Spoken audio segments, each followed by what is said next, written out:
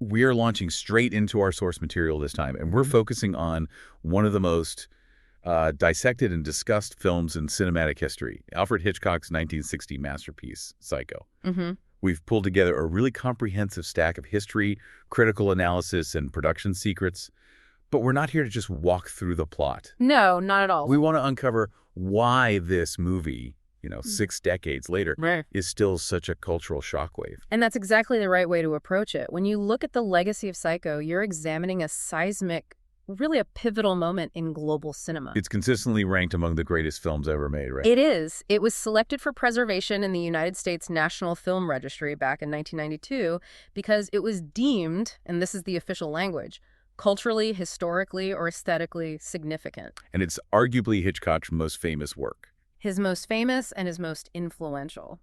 It's been subjected to more rigorous academic and critical analysis than, well, probably any other film from his career. And he's often called the most investigated director in American film history. So our mission today is clear. We're setting aside the actual plot mechanics. We want to concentrate on the revolutionary way this film was conceived, the strict moral and creative rules it just shattered. And the impact of that. Exactly. Yeah. The resulting impact on modern storytelling that is still shaping the industry today. We're interested in the architecture of the fear, how it was constructed, not just the fright itself. And that construction started from a very, very dark foundation in reality. To understand the sheer audacity of the finished film, you really have to start with its literary foundation and the grim inspiration behind it. Right. The film is based on Robert Bloch's 1959 novel, Psycho, but even that book was rooted in a notorious real-life case of Midwestern horror. That reality was the true crime story of Ed Gein, the convicted Wisconsin murderer and grave robber who became known as the Plainfield Ghoul. A truly disturbing figure. And the novel, and then subsequently the film, drew loose but very specific inspiration from his case. The connections between the fictional Norman Bates and the real-life Ginn are chillingly specific. They focus on isolation and psychological fixation. So what were those specific links? What parallels were drawn by Bloch and then, emphasized by Hitchcock that made this story so instantly disturbing? Well, first and foremost, both figures were solitary murderers. They were operating in these isolated rural environments, outsiders really hiding these grotesque activities in plain sight. In places where you just assume a certain level of safety. Exactly. And secondly, and this is perhaps the most disturbing part, both had deceased, extremely domineering mothers. This matriarchal shadow hovering over their identity is absolutely central. And there was the detail about the house itself. Yes. Our sources confirm that both men had sealed off a room in their respective homes, preserving it as a kind of morbid shrine dedicated solely to the memory of the mother. It's interesting, though, that in the real story, Gein was apprehended after only 2 confirmed kills. Right. The fictional Norman Bates, with his full-blown dual personality and more numerous victims, feels like a deliberate amplification of that rural horror, taking that quiet, isolated madness and turning it into a cinematic terror that could strike anyone. That's a really important distinction. The fictionalization amplified the psychological aspects. While Gein was engaged in, grave robbery and wearing the skins of women he'd disinterred, the fictional Bates' focus was on preservation and embodiment. He preserved his mother's body. And eventually dressed in her clothes. It shifts the horror from physical desecration to psychological transference and a kind of incestuous emotional bondage. And this genuinely dark, really controversial premise was immediately met with resistance in Hollywood. Oh, immediately. Paramount executives who were, used to funding Hitchcock's glamorous, star-studded Technicolor thrillers like North by Northwest, they just balked. They rejected the premise outright. They did. They found the subject matter, even before filming, too repulsive. That was the phrase they used. They refused to provide Hitchcock with his customary budget, which was usually over $3 million at the time. They just didn't want this on their slate. No. The conventional wisdom was that a director of his caliber should not be sort of slumming it in the realm of B-movie horror. But this opposition, it just fueled Hitchcock's famous creative defiance, didn't it? It did. He realized that to make a film this transgressive, he needed absolute control. He needed to be free from studio interference. So he financed it himself. Personally. Through his own Shamley Productions, this was a massive financial gamble. Instead of taking his standard $250,000 director's fee, he opted for a staggering 60% stake in the film negative. That decision cemented his financial control. and eventually his massive wealth because the film became his most successful commercially. But the strategic move was all about maintaining creative autonomy. And to keep the cost down and, get around that studio oversight, he employed the crew from his TV series. That's right, the crew from his long-running television series, Alfred Hitchcock Presents. And this move kept the budget incredibly low, under $1 million, specifically around $807,000. Using the television crew was a brilliant, almost stealthy move. It let him shoot quickly, with a focus on efficiency rather than spectacle. And crucially, the choice to shoot the film in black and white, that wasn't just a cost-saving measure. No, it was an aesthetic choice that really defined the film's tone. Exactly. While it did save money, the black and white cinematography was intentional. It was partly to prevent the pivotal shower scene from being deemed too overtly gory by the censors. I see. But it was also to lend the movie this urgent, stark, almost documentary-like feel. This gritty realism contrasted so sharply with the polished, sanitized look of his earlier big-budget studio pictures. It just heightened the sense of real-world danger for the audience. And some of the most enduring elements of the film, they came directly out of that low-budget necessity. The original Bates Motel and that famous Victorian house, they're instantly recognizable silhouettes now. And they were constructed on the Universal Studios backlot. They were built on the very same stage that Lon Chaney's silent classic, The Phantom of the Opera, was filmed on back in 1925. Wow, really? Yeah. That historical link gives the setting this extra layer of cinematic heritage, and those sets remain, even today, a major attraction on the studio tour. It just shows how enduring that visual architecture of anxiety really is. The journey from Bloch's novel to the finished film also involved these meticulous screenplay modifications. They were crafted by screenwriter Joseph Stefano and Hitchcock himself, designed specifically for maximum audience manipulation. And there were some truly surgical changes made. They drastically modified the character of Norman Bates. How so? In the novel, Bates is described as middle-aged, overweight, and he already appears overtly unstable and, well, unhygienic. But by casting the youthful, charming, and nervous Anthony Perkins, Hitchcock made Norman much more sympathetic, and therefore the twist became much more devastating. they also removed elements from the book, like Norman's alcoholism, his interest in spiritualism, the occult. All of that was stripped away. By removing those things, they kept the audience's focus and sympathy on the character's repression. It gives you a false sense of security about his innocence. And that subtle rewriting even extended to the victim. Yes. They changed the first name of the victim, Marion Crane, from Mary Crane in the novel. And this was because a real Mary Crane actually lived in Phoenix. That just speaks to the level of detail Hitchcock employed to avoid any real-world issues. He had absolute control over the narrative environment. He did. But the most significant structural modification was the sheer amount of screen time dedicated to Marion's character, played by the very established, well-known actress Janet Leigh. This is the revolutionary part of the script. In the novel, Marion's story only occupies 2 of 17 chapters, but Hitchcock and Stefano expanded this to nearly half the narrative. They invest the first 30 to 40 minutes just showing us her dilemma, her hurried journey, and her internal moral conflict over the stolen money. And that deep investment in the apparent protagonist is precisely what maximized the shock of her sudden, brutal demise. When a star of Janet Leigh's stature, playing the clear main character, is violently killed 40 minutes into the film, it just shatters the audience's expectation. It utterly rewrites the rules of cinematic storytelling. The audience contract is broken. From that moment on, you realize no one is safe and no rules apply. It creates this immediate state of anxiety that just carries you through the rest of the film. It does. And while they toned down some of the novel's explicit violence, Marion was actually decapitated in the shower in the book, a detail that would have never passed the censors. Right. They enhanced other aspects for dramatic and cinematic effect. Can you give us an example of how the staging was enhanced for the film? Sure. Consider the murder of the private investigator Arbogast. In the book, he's killed in the house's foyer. In the film, Hitchcock and Stefano moved his death to the stairwell. And that provided Hitchcock with that fantastic aerial high-angle shot. The God's Eye view, as it's often called. It captured the horrific scale of the attack while simultaneously concealing the identity of the attacker mother from the audience, preserving the mystery. Leigh herself noted that this move maximized the dramatic angle needed to hide the final twist. And even small details, like Marion's failure to fully flush the torn-up note down the toilet, that was pivotal.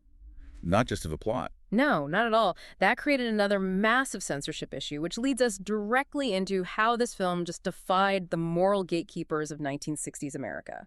Psycho didn't just shock audiences with violence. It was revolutionary in its frankness about sexuality and, taboo subjects. It's a prime example of a film that appeared precisely as the rigid production code was crumbling. It was. That code had governed content in American film for decades. This film didn't just push the boundaries, it actively set a new, lower bar for what was considered acceptable on screen in the mainstream. And the very first scene of the film establishes this transgression immediately. Right away, it shows an unmarried couple, Sam and Marion, sharing a bed together in a hotel room in Phoenix, with Marion visibly in a bra. Under the strict rules of the production code, depicting unmarried lovers in the same bed, or even suggesting that kind of intimacy, that was strictly taboo.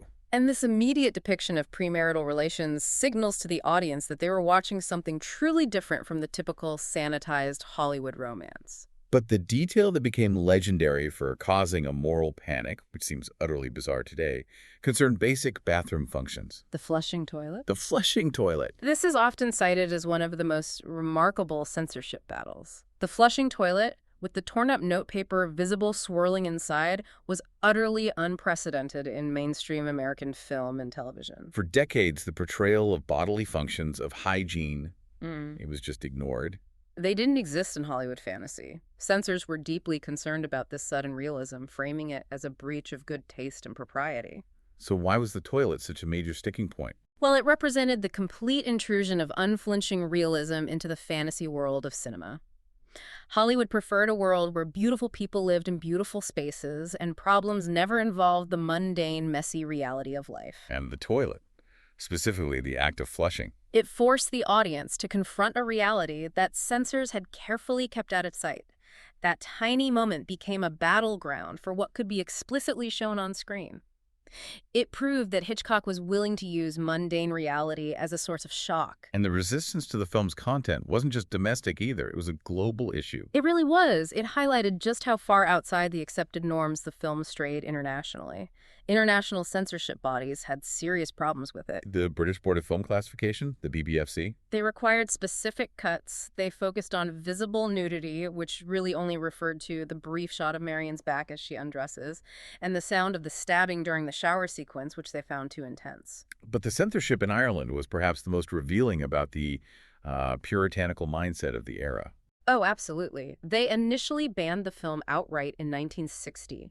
When an edited version was submitted a year later, the Irish censor requested 7 additional, highly specific cuts based almost entirely on innuendo and implication. And what were those specific cuts? Well, if you look at them, you really understand the depth of the anxiety surrounding intimacy. The censor targeted the line where Marion tells Sam to put his shoes on, believing it strongly implied they had just been intimate. Oh. They also demanded the removal of 2 shots of Norman spying on Marion, the scene of her undressing, the visible blood flowing down the shower drain. And the repeated stabbings. Yes, the censor specifically wrote, "One stab is surely enough." They were fighting against the suggestion of sex and the repetition of violence with equal force. It's remarkable how tightly controlled the film was upon its initial release because of these concerns. For decades, the versions the public saw in the U.S. were often not what Hitchcock originally intended. That's absolutely true. Extended footage, including Marion undressing, more details of Norman diligently cleaning up the murder scene, and Arbogast's death, which originally featured 4 stabs instead of the 2 often shown. All of that was cut. It was either cut before the general U.S. release in 1960 or mandated by moral watchdog groups like the National Legion of Decency in 1968. In fact, the uncut version of the film, presenting the narrative exactly as Hitchcock intended, wasn't released to U.S. home video audiences until the 60th anniversary 4K Blu-ray edition in 2020. That's incredible. It shows how long the battle for the uncensored vision continued. It really does. We should take a moment to acknowledge Janet Leigh's performance as Marion Crane. She received an Oscar nomination and won a Golden Globe for this demanding role. She's cemented in cinema history for the bravery and vulnerability she showed. Her performance was truly iconic, and the narrative shock of her death only worked because the audience had invested so heavily in her brief character arc. But the sources reveal that this fame came with the terrible, ongoing cost to her personal life. That's often the darkest part of these stories, isn't it? How audience fixation can turn dangerous. The sources mention the harassment she endured. Yes. Until her death in 2004, Lee continued to receive strange, sometimes threatening calls, letters, and even audio tapes related to the character of Marion Crane. They would often detail what the sender wanted to do to her. That is just awful. It is. One letter she received was so grotesque that she was forced to pass it along to the FBI for investigation. It's a very sad, disturbing reminder that for those involved in creating such intense fiction, the boundary between the film and the audience's dangerous, sometimes psychotic fixation can just dissolve. It speaks volumes about the psychological toll that role took on her personal life, long after the camera stopped rolling. A terrible price to pay. Moving from the film's controversial content and that high cost paid by the actors, let's explore the intentional human and visual elements that elevated this into a timeless piece of art. Starting with Anthony Perkins as Norman Bates. His portrait was lauded, but it became an immediate defining curse that shattered his career. Perkins' brilliance lay in his ability to make Norman Bates seem utterly sympathetic. Nervous, stuttering, obsessed with his hobby, and deeply repressed. He successfully masked the villainy, which made the final reveal far more shattering for the audience. But the role led to intense and debilitating typecasting for the rest of his career. It did. He struggled to find roles outside the realm of troubled, sexually ambiguous outsiders, or, well, outright psychopaths. It's the ultimate tragic trade-off, isn't it? Immense genre-defining fame for eternal professional constraint. It is, yet the sources note he accepted that fate. Despite the professional challenge, Perkins famously stated that, knowing the outcome and the shadow it would cast over his life, he would still have taken the role. A testament to the power of the character in the film itself. I think so. He understood he had created a modern archetype of horror. And the other main character we never really see clearly, the infamous Mother Bates, was actually a collaboration of voices, which adds another unsettling layer to the character's ambiguity. That's a fascinating technical detail. The voice of Norma Mother Bates was provided uncredited by 3 actors, Virginia Gregg, Paul Jasmine, and Jeanette Nolan. And that wasn't arbitrary. No, not at all. They used these voices interchangeably throughout the film to maintain that unsettling ambiguity, giving Mother an almost supernatural quality. It allowed the Mother voice to shift personality depending on the scene. So one voice for the manipulative aspect, another for the violent aspect. Potentially, yes. It makes her less a single person and more a projection of Norman's fractured psyche. But Virginia Gregg performed the definitive, chilling final monologue. That is the voice that delivers the famous line, "I'm not exactly as keen on my mother as I was." Correct. Greg's delivery in that final scene, when we hear Mother fully, solidifies her contribution to that iconic, terrifying persona. It shifts the horror from the motel to the internal landscape of a truly broken mind. Beyond the actors, Hitchcock relied heavily on his visual language to build dread. The aesthetic of the Bates house is instantly recognizable, and it was modeled after a famous painting. Yes, it was.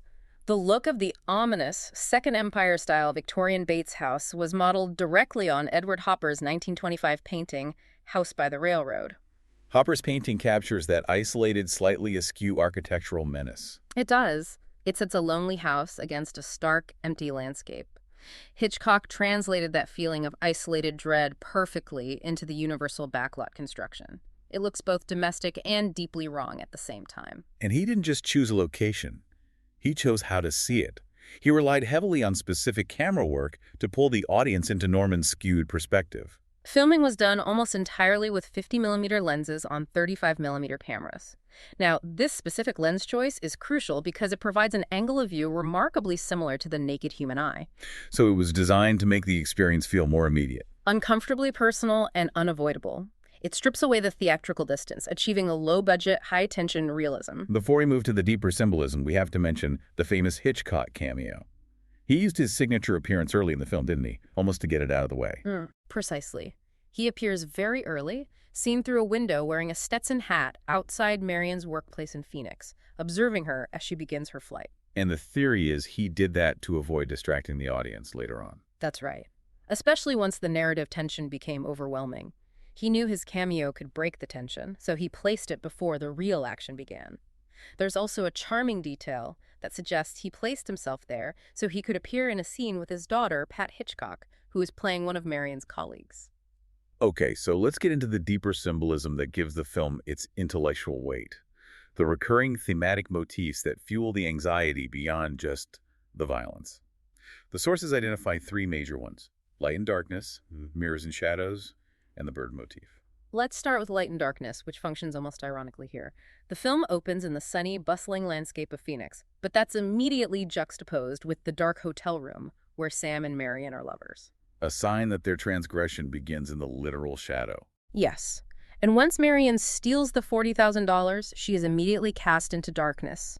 As she re-enters the office to commit the crime and drives away, her shadow precedes her, a visual metaphor for the moral darkness that has descended. She arrives at the Bates Motel in near darkness in a storm. Her moral decline is mirrored by the literal decline into darkness. But what stands out is that bright light isn't a source of comfort here. It often characterizes the danger itself. Absolutely. Think of the irony. The exposed light bulb shining on the mother's corpse in the fruit cellar, the harsh glare of the neon sign at the Bates Motel that flickers, or the almost blinding sterile white bathroom tiles where Marion dies. So bright, exposed light, in this context, it's not illuminating the truth. No, it's brutally exposing the violence and the shocking reality, creating a sense of cold, inescapable danger within the frame. Okay, next, the frequent use of mirrors and shadows. Mirrors constantly reflect the characters' internal states and their duplicity. We see Marion reflected as she is packing the stolen money or checking the rearview mirror while driving. Or counting the money in the car dealership's bathroom. Right. These reflections show her internal fractured state. A window in the motel parlor even serves as a partial mirror, briefly reflecting Marion and Norman together, a subtle visual merging of their fates before they physically interact. And shadows lend menace. Norman's mother is seen only in shadows until the final confrontation. Finally, we have to discuss the pervasive bird motif. This one is particularly rich because it links directly to Norman's psychological state and the film's deeper meaning. It is the central motif. Norman's main hobby is taxidermy, specifically stuffing birds, a symbol of unnatural preservation. The victim, Marion, her last name is Crane, a bird, and she's from Phoenix, a mythical bird associated with resurrection and rebirth, which tragically contrasts with her fate. And Norman makes that famous, unsettling comment that she eats like a bird. Yes. And this all ties into the powerful psychoanalytic framework often applied to the house and Norman's condition.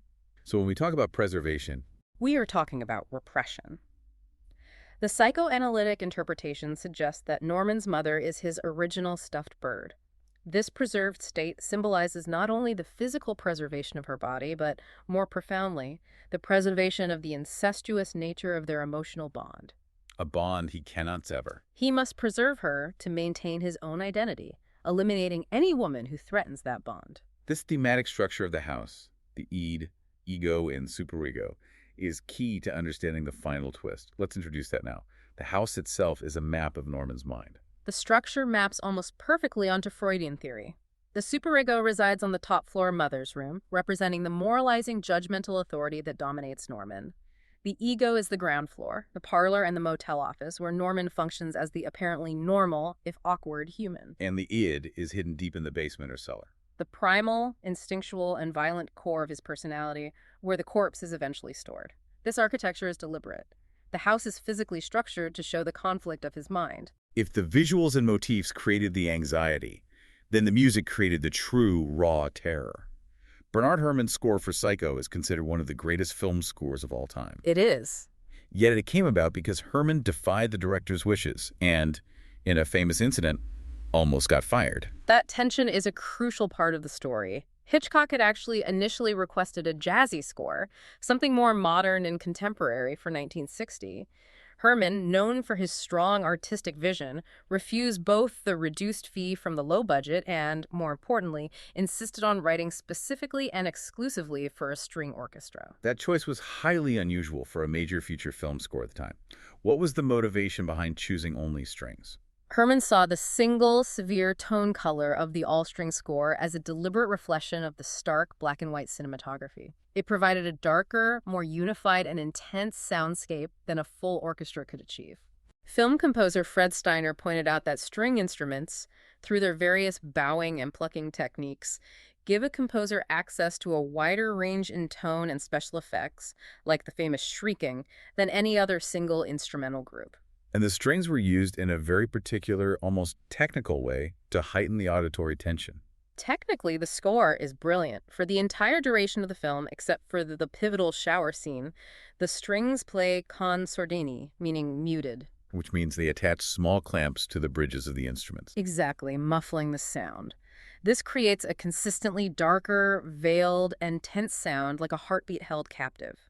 When the strings suddenly become unmuted for the stabbing music in the shower, the auditory impact is truly visceral and unforgettable because the sound quality itself has fundamentally changed. The opening music, the main title, immediately sets the stage for dread, even during scenes that are otherwise benign, like Marion driving. That is the power of the ostinato. The main title music is a tense, hurtling piece designed to lend tension to the film's slower early scenes through the extensive use of repetitive musical motifs played at high speed.